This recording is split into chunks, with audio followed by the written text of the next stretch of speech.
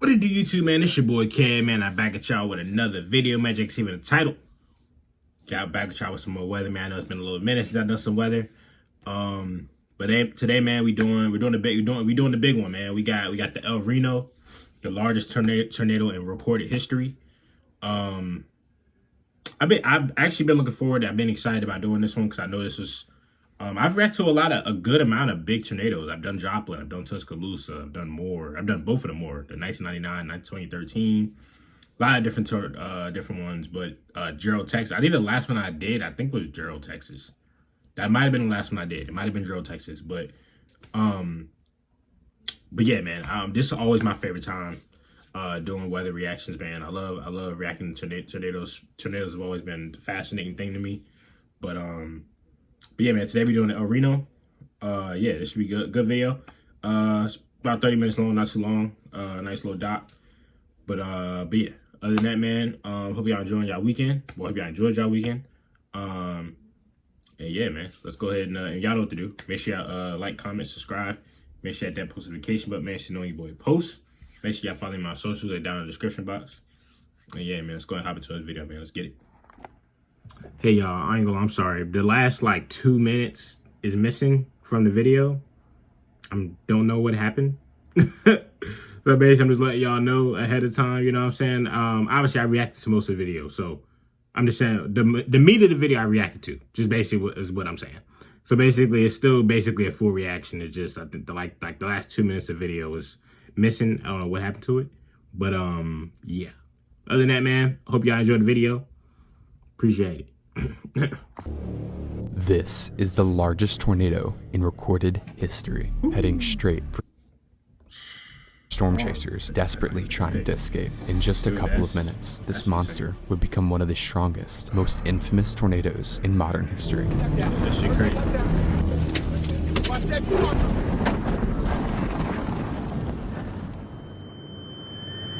But how did this happen? An EF5 tornado just went through Moore, Oklahoma, leveling multiple neighborhoods. The large. Okay, so I did see that this was 2013, but okay, so this one happened a little after the Oklahoma City Metro is left in shock at the devastation. That was crazy, man. May is an Oklahoma active time for tornadoes in Oklahoma, but nothing like this could have been predicted. One thing about the weather, though, is that it stops for no one. As the weather system responsible for the EF5 tornado fades to the east, a new system follows from behind. Forecasters notice a strong trough on weather models and note it will intensify over central Oklahoma. As winds push from a region of high pressure to low pressure, a band of robust winds foster the wind shear needed for storms to form. The summer heat and strong moisture from the Gulf blend in these areas as well, giving the atmosphere every ingredient it would need for supercell thunderstorms. But still, not every supercell is a disaster. I'm not gonna lie to y'all. Recently, bro, I've been learning more and more with tornadoes because I'm doing I'm in school right now. I'm actually doing a research report on the April 27, 2011 tornado outbreak. So I've been learning more and more about that, man. I've been learning a lot of different shit when it comes to tornadoes, man, that I didn't know. It's been pretty cool. Feels like South Florida. I gotta tell you, my hands have been sticky all day. It's just a ton of moisture in the atmosphere right now, and a couple of storms that have already begun to fire here. Going to show them to you. Off to our north here, this is one that's going to head toward, we believe, Cashin. You can see a well-delineated base to this.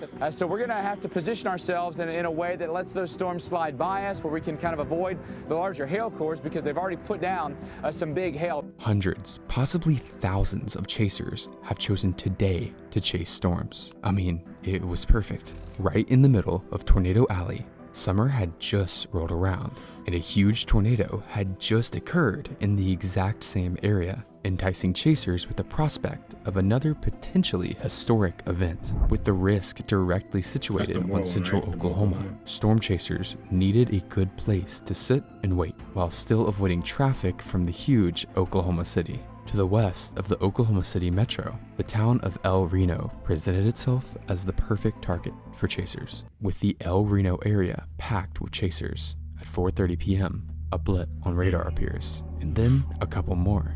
With the extreme instability present, or available energy in the atmosphere, these blips are quickly going to turn into monster supercells. Renowned storm chaser Tim Samaras tweets about the dangerous potential ahead. Storms now initiating south of Watonga along the triple point. Dangerous stay ahead for Oklahoma. Stay weather savvy.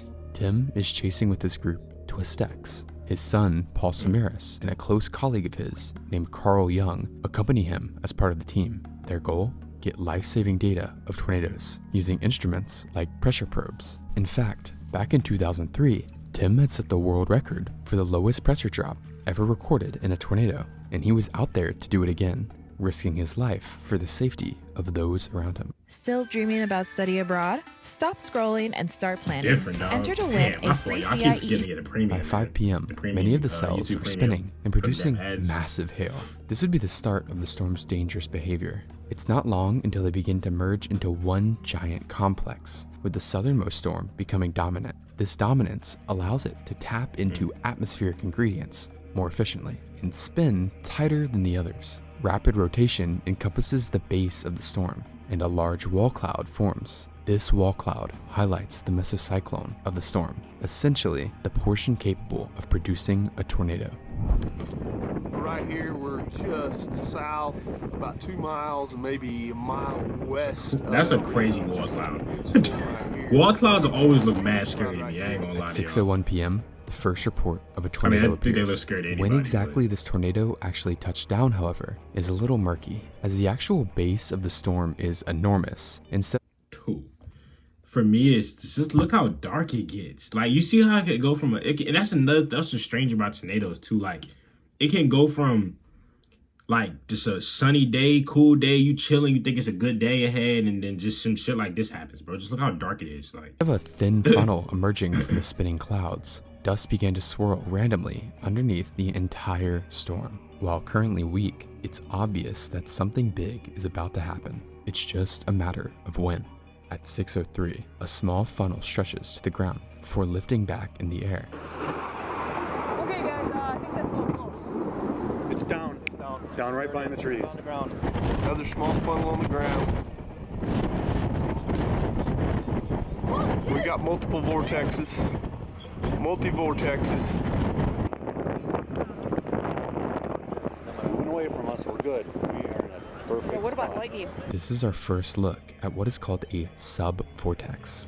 You see, tornadoes are not exactly one single spiral into the air, but rather multiple strong vortices of wind spinning around a common center. Typically, these vortices are so close and similar in strength that they appear as one. But in this storm, the area of rotation is so large and has so much Makes energy. sense. These sub-vortices appear erratically and discretely under the base. Multiple smaller circulations converge and morph towards one main tornadic circulation, and the entire beast sways around unpredictably. If this isn't already confusing enough, the situation becomes more erratic as multiple instances of twins to even quadruplet tornadoes occur. The storm is currently moving at a moderate 20 miles per hour to the southeast. Remember this number for later. To the southeast of the storm, a tornado touring group called Tempest Tours, with multiple visitors, are watching the tornado. Mesmerized by it, the group's leaders are unaware of how close the actual tornado is, as the small subvortices dance around in random directions. In fact, the edge of the circulation like is moving less than towards them, 3 bro. minutes Yeah, from people them. are tweaking. The tour leader I is never understand people can. I personally never understand people can like get out of cars and just sit there and stare at tornadoes, bro. watching the increasingly Hell nah, erratic I couldn't do it, especially knowing because they could change direction at any time. That's what's vortices scary carefully. about tornadoes, dog. He Like, expects to see the tornado moving from left to right, which would indicate the tornado is moving from west to east, the expected direction of motion. Instead, they see no motion. That's when they realize something terrifying. The tornado is moving directly towards the tour group. The tour leader immediately honks his horn to get the group back in the van. At this moment, they have less than 60 seconds to get out of the tornado's path.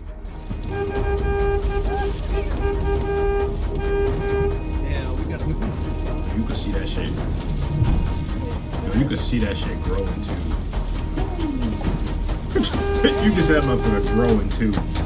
Oh my god. Get in now. Get in now. Get around now. Shut that door. Ooh, go. The tour group members jump into the vans, and the convoy bombs southwards to escape the tornado's path. Fortunately, they are able to outrun the vortex, a rare occurrence in comparison to others. The majority of chasers have positioned themselves to the south of the tornado. This is because, again, the tornado should be moving to the northeast, but because of the sudden southeast motion, they find themselves scrambling to get out of the way of the powerful circulation. Due to the hundreds of chasers, mobility is severely hindered as traffic jams begin to form. The hype caused by the active season has caused a backlog of chasers itching to get as close to the tornado as possible. This is a grave mistake, as that decision, combined with the erratic motion and structure of the tornado, is creating one of the most dangerous environments around a tornado possible. Due east of the tornado at 6:09 p.m., storm chasers Brett Wright and Brandon Sullivan are watching the tornado only 3,000 yards away. The chaotic movement of the subvortices make it difficult to determine the movement of the tornado, but they assume the tornado is headed east to northeast, which would be essentially directly for them. Analyzing the situation, they decide the smartest possible thing to do would be to drive south, but this is a freak tornado, and the decision would place them in a deadly situation as winds begin to batter the vehicle. Oh my gosh! Debris! Debris! It's coming up! That whole thing's coming up! Oh my god! Oh my god! Up for you. Keep going, Andrew. Keep going. Keep going. Why is this guy stopping? Watch that truck. You may be confused as to why they waited until the tornado was so close to them, but the same illusion that almost killed the tour group has struck again, making the motion seem much less direct than usual. The wet roads and gusting winds mean Hi American parents, I am offering a free class of my best-selling math program. Here, your child will master. the car is limited to max 40 miles per hour, a speed which is not at all fast enough to escape the massive growing wind field. As the strongest inflow winds feeding into the tornado strike them, a nearby farmhouse is torn apart, pelting their car with debris and shattering the windshield. They are just barely able to keep moving though, escaping the tornado. I'm confused though. Those people in the car though, did they? What happened to those people that was in the car where it said lost signal? Did they die? Like what happened? It's just like it looked like their car tipped. I don't know what happened. It looked like they got ran. It looked like the wind kind of pushed them off the road. That's what it kind of looked like. It was hard to really tell, but it looked like the wind kind of pushed them off the road. 40 seconds. At the same moment, exactly 1 mile north of Wright and Sullivan, the Twistex group is turning east onto Reno Road. Right now, the team is trying to get in the path of the intensifying tornado by paralleling the tornado from the north. Their hope is to outrace it, allowing them to drive south ahead of it. As they follow the tornado, they no longer see a collection of subvortices like earlier, but instead a giant wedge, a tornado that's wider than it is tall. This doesn't mean that there aren't extreme subvortices though. In fact, they are just hidden inside the dust and debris. The only way to see where the subvortices are now would be by actually looking inside the storm, which is precisely what the crew in control of a mobile radar truck are doing. What they observe is very rare. For most normal tornadoes, the rotating core of the storm will exact its power into a single point. But here, the mesocyclone is so powerful, multiple distinct rotations are forming within the circulation. The wind speeds and erratic motion are alarming. This sound like it was a bro. This Reno bro sound like it was a monster, bro. Inside the radar truck, less than half a mile behind the Twistex crew, Reed Timmer and Team Dominator are also following the tornado. Storm chaser Ray Bohack is filming from within one of the team's 3 storm chasing vehicles. Dominator 1, he captures the monster in front of them.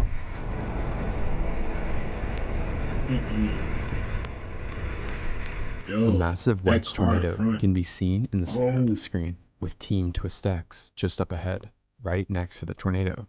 Unknown to the team though, they're in a very dangerous location. Bruh.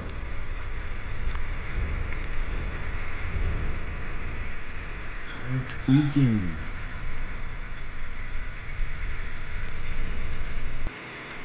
Bro, I'm not gonna lie though. Bro, being right next to a tornado was insane. And there was a point in time, bro, I ain't gonna lie to y'all, bro. If y'all go back and watch my older like reactions to tornadoes and stuff, bro, I'm not gonna lie to you. There was a phase in my life, bro, that I wanted to be a storm chaser, bro. I'm not even kidding, dog. There was a point in time in my life that I wanted to be a storm chaser, bro. But as I started to watch these videos more and more, I was like, why in the hell was I even like voicing that? Like, cause it's like it's situations like this where it's like, come on, bro. Like, why would you even put yourself in this situation, bro? Just being honest. Like, what? They're right next to a wedge right now, dog. Like, the radar truck records another vortex form over the El Reno airport. This vortex sweeps just behind the team when suddenly another vortex forms further to the southwest side of the wedge. Within the storm, there are now three or more visible vortices rotating around each other. The radar truck crew observes how the formation of these new tornadoes causes some crazy, unpredictable behavior. Here, the main wedge is pulled north by the forming vortex, lunging towards Reno Road, towards the Twistex crew.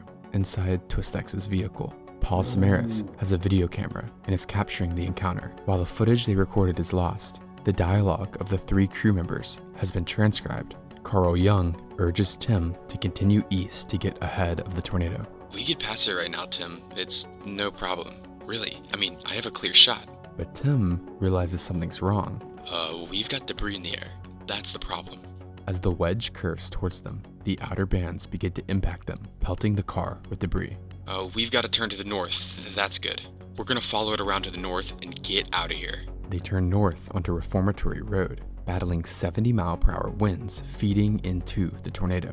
While this is happening, a civilian named Richard Henderson is also on Reno Road, just ahead of Twistex. He had watched the tornado touch down 10 minutes prior, where he had snapped an image of the forming tornado on his cell phone to send to a friend. Before he made a phone call, Henderson says, "I'm having fun. I'm riding around chasing storms." Henderson's friend expressed concern. "You better stop doing that." But Henderson kept chasing, continuing east on Reno Road. When the tornado made its launch north, Henderson kept pushing eastwards. The friend recalls hearing popping noises as debris hit Henderson's car. Soon, the call went dead. If the wedge keeps going north, both Twistex and Henderson won't just be hit by debris, but be directly struck by the violent tornado. In some miracle, the wedge decides to make a complete loop and begins to head south again. This sudden loop allowed Twistex to escape north, where they can turn west onto 10th Street to make another attempt at safely intercepting the tornado. The dark mass now deviates slightly to the east, and with this change in path, a change in speed. The tornado is no longer moving at the reasonable 20 miles per hour from the beginning of its life. Now, it's racing eastwards. Are you researching dental implants? There's a lot of dental offices that'll talk about doing their teeth. More than 50 miles per hour, I'm any chaser east of the tornado now suddenly finds themselves escaping a deadly situation. There's a huge issue though. There are now potentially hundreds of chasers clogging the wet dirt roads, making it practically impossible to get out of the way. One chaser who finds himself stuck in the chaser traffic jam is Skip Talbot. He's in a group of chasers watching the storm approach from the intersection of 15th and Country Club Road up until... Ooh, that gotta be scary, bro. Watching it stuck somewhere and you can see a tornado coming your way. No, that especially a tornado like this. Well, now dust has obscured the tornado from sight, except when lightning strikes briefly, illuminating the approaching circulation from behind. But even as the tornado closes, the heavy rain hides the chaotic Ferris wheel of vortices from sight. The group stays, waiting to gain a visual on the tornado. After all, the tornado is still about 2 miles away, but gradually, Talbot notices something unusual. He watches as the rain curtains sweep from left to right at increasingly fast speeds. The rain must be rushing around at more than 100 miles per hour. This triggers a sudden epiphany. The rain is the tornado. The entire area is starting to gain tornadic winds. The group makes the smart decision to scramble east. As they turn onto 15th Street, they join a bumper-to-bumper line of chasers, all running for their lives. Not everyone in this line is a chaser though. A couple minutes before, local resident Billy O'Neill and his son-in-law Jose Bonilla are watching the approaching tornado. Bonilla urges O'Neill to get into the neighbor's storm cellar, but he's too claustrophobic. Because of this, the pair decide to try and outrun the tornado in their car. They drive south towards 15th Street, where they see the line of chasers fleeing the approaching funnel.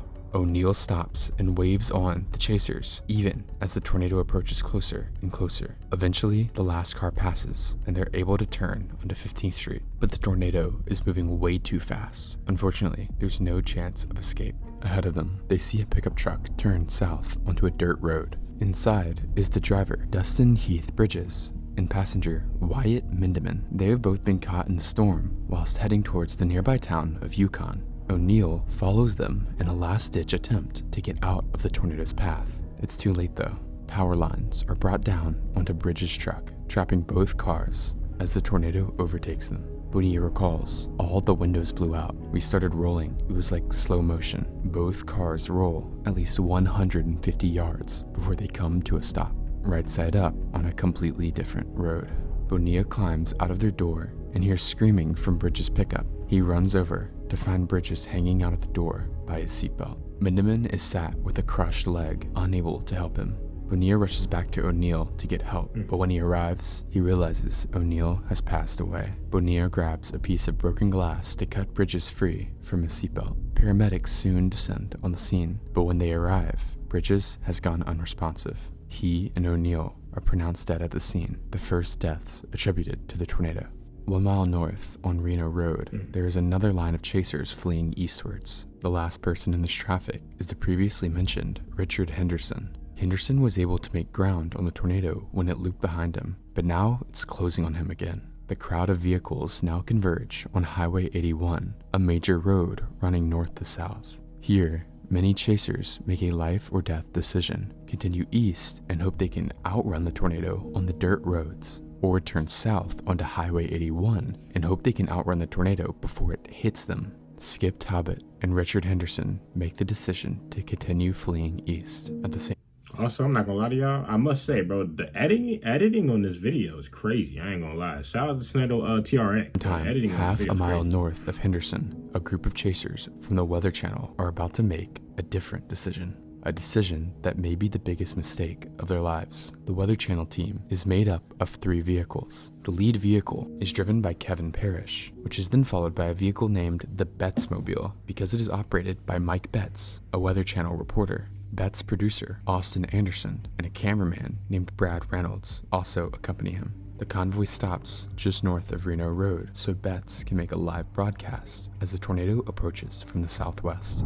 All right, that's Simon Brewer, one of the storm riders, and I think we're trying to get a hold of Mike Bettis.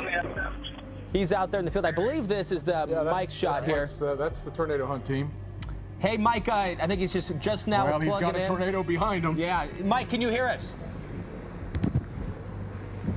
Guys, that's it. Right there.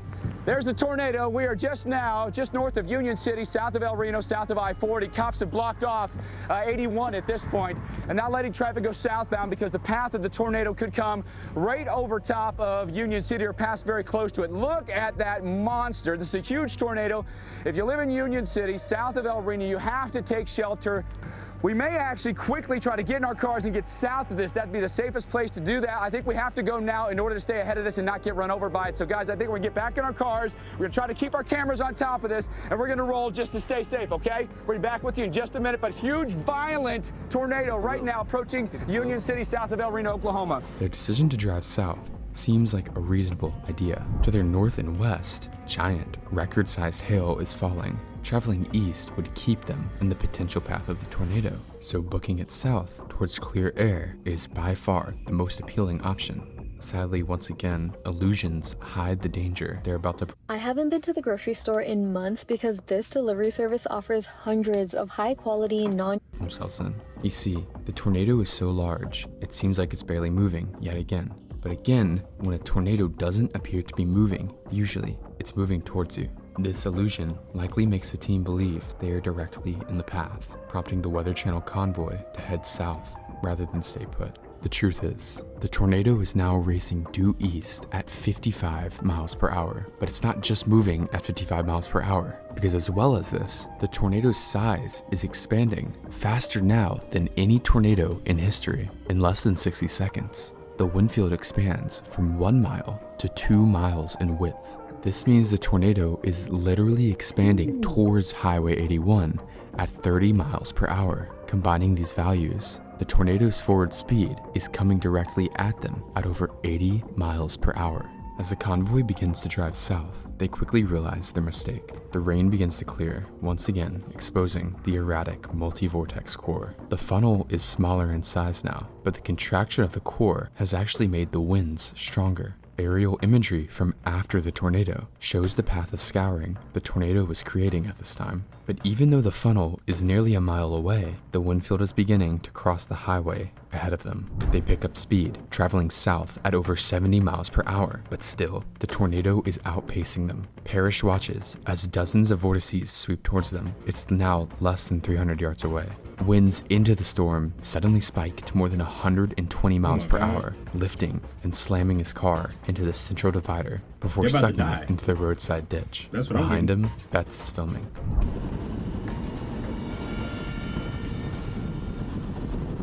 Yeah, they're cooked. Oh, they're fucking cooked. Hold on, brother. Hold on. Everybody jump, go. Just keep going if you can. Keep going. Parrish can be seen in the ditch just before the winds of the Betsmobile are smashed in as the core passes directly overhead. Everybody jump down. Everybody jump down.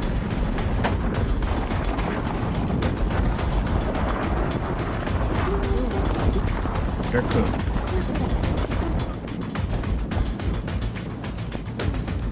Bet's camera is ejected from a window upon impact, but continues filming. The Betsmobile can be seen rolling away, with the 3 occupants still inside.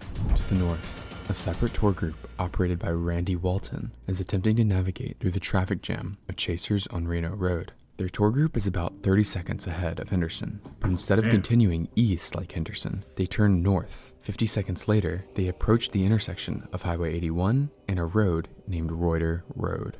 At this exact same time, the Twistex crew is now approaching Highway 81. Neither Twistex nor Henderson are aware of the incredible speeds at which the tornado has expanded eastwards. Tim says, "We're probably going to have to cross 81 if this road is good, and then try and drop down if we got some viable roads." They pull up behind a Toyota Yaris. The driver is storm chaser Dan Robinson. Robinson has a rear dash cam rolling, filming Twistex right behind him. Robinson looks south and also sees the tornado crossing the highway. This convinces him to continue east onto Reuter Road. Twistex decides the same. Randy Walton records Robinson's Yaris crossing 81, followed by the Twistex crew's white Chevrolet Cobalt. Walton and his group would have no clue they were recording the last moments of the Twistex crew. Thinking quickly, Walton also decides to turn onto Reuter behind them. Right on 81.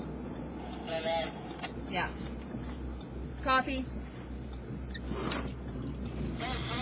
Go slow. Copy.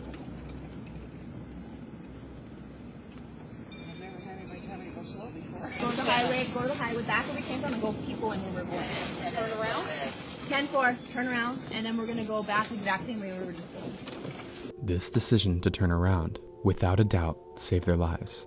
But Dan and Twistex are continuing down Reuter. To the south, Henderson is still stuck behind the line of chasers on Reno Road. After the powerful core strikes the Weather Channel convoy, it begins to do something that no chaser was expecting. It begins to move north. The heavy rain is not only slowing down the line of chasers in front of him, but it's also completely obscuring the tornado that's rapidly approaching him. As far as he's aware, the tornado is still a mile to his south, where he last spotted it. But in an instant, the winds begin to roar and debris begins to pelt his vehicle. There is quite literally no time to react to what's happening, as the tornado roars just behind him, east of the intersection of Alpheldale and Reno roads. His car is lifted and flung off the side of the road. He disappears into the darkness. Emily Sutton, a chaser just ahead of Robinson, films the core once again revealing itself. The funnel is a stovepipe shape, no more than 250 yards wide at its base, but the wind field is still growing. To the north, Twistex still can't see the tornado. Heavy rain to their south means it's essentially invisible, and determining its motion is impossible. They can only assume it's continuing eastwards. This thing is moving 40 miles an hour, 30 to 40 miles an hour to the east. Tim is likely guessing here, as the tornado is much closer and moving much faster. As the rain begins to clear, it's hard to discern what exactly is to their south. No, I see it. Well, maybe I don't. Tim looks up the road. Dan Robinson's car is just ahead, and rain bands begin to sweep towards the road. He glances back towards the massive rain, where the funnel is beginning to reveal itself. The air around him grows, quote, eerily calm. There's no rain here. Actually, I think we're in a bad spot. These are the last words that we verifiably have of the Twistex crew before the camera recording cuts off. At Old Dominion University, good things come to those who don't wait. It had used all of its storage, but at this point, the tornado is 90 seconds away. Robinson's rear dashcam continues to capture the white Chevy Cobalt. He also begins to realize what's happening. What is that? What is that? It looks like the tornado. The car won't go. I've got to get out of whatever this is. The car just isn't going. Twistex's Chevy, with less power than Robinson's Toyota, falls behind him. The rear dashcam captures the car disappearing from a pair of headlights to a single speck of light. And soon, the tiny speck of light is extinguished. The wall of darkness has consumed the road. Oklahoma Highway Patrol Officer Betsy Randolph is nearby and is listening to her radio when she hears a disturbing shout. We're going to die, we're going to die. The transmission went dead immediately afterwards. It is believed that this transmission was from the Twistex vehicle as the main circulation overtook their car. By the time Robinson pulls clear of the tornado, it has grown to its full width, an incredible 2.6 miles wide. The rain has fully cleared, and now the inner mechanisms of the disgusting monster can be seen. Huge sub-vortices sweep around at incredible speeds. The mobile radar truck from earlier has paralleled the tornado to the north on Interstate 40 and is watching the tornado approach. As the radar scans the tornado, they record something incredible. Inside the circulation, wind speeds of 296 miles per hour, the second highest wind speeds ever, are measured. Oh my God. Yo, 296? Nigga, that's ripping your fucking face off. Later, a satellite tornado arcs around the south side of the main one with a ground speed of 175 miles per hour. This is the highest forward speed ever recorded for a tornado. Within minutes, this tornado has come close to or has broken numerous records. It continues moving northeast, forcing the radar team to begin to flee east on I-40. But here, they realize the magnitude of the disaster that is about to unfold. I-40 is a major highway that is packed with civilians and storm chasers alike. An EF5 strength tornado, with winds approaching 300 miles per hour here, could kill hundreds. Worse yet, if the tornado continues to track east, it will enter Oklahoma City. Panic begins to ensue in the Oklahoma City metro area. Residents haven't even begun to clean up from the EF5 and more the week before, and now an even larger storm is closing in on the city. The panic only worsens the mob of cars congesting the interstate. But even when the situation seems like it couldn't get any worse. Wait, so this motherfucker, yo, that's crazy, because I reacted to that tornado. So that motherfucker, they had just got hit by the Moore Oklahoma tornado, so the El Reno one was headed towards them too? Lead newscaster for the Metro, Mike Morgan, says this live on air. Need to be, if you can go south right now, if you don't feel safe, go south. Get out of its way. Reed Timmer is on that. Reed, what do you have? This dire language prompts tens of thousands more to attempt to flee the area towards the south, bringing the area's already heavily congested traffic to a complete standstill. Thousands are now stuck in the path of this massive, violent tornado. Its erratic movement means forecasters have no idea what it's about to do next. If it continues eastward, it will follow I-40, where hundreds of cars are stuck. The outcome of a violent tornado hitting this traffic jam could be a death toll in the hundreds. The tornado is once again hidden by rain as it approaches I-40. Sub-vortices still sweep around the main circulation, one of which swipes a small neighborhood of homes. Fortunately, the fast-forward speed of the sub-vortex spares total destruction of the area. As the tornado crosses I-40, it loops before heading due east. Following the interstate, hundreds of cars and structures are now in the path. And beyond the interstate, the densely populated suburbs of the Oklahoma City metro are now in direct sight. It's not long until chaos begins to ensue on the interstate. Numerous 18-wheeler trucks were toppled. People's cars were picked up and rolled, and while many were able to survive,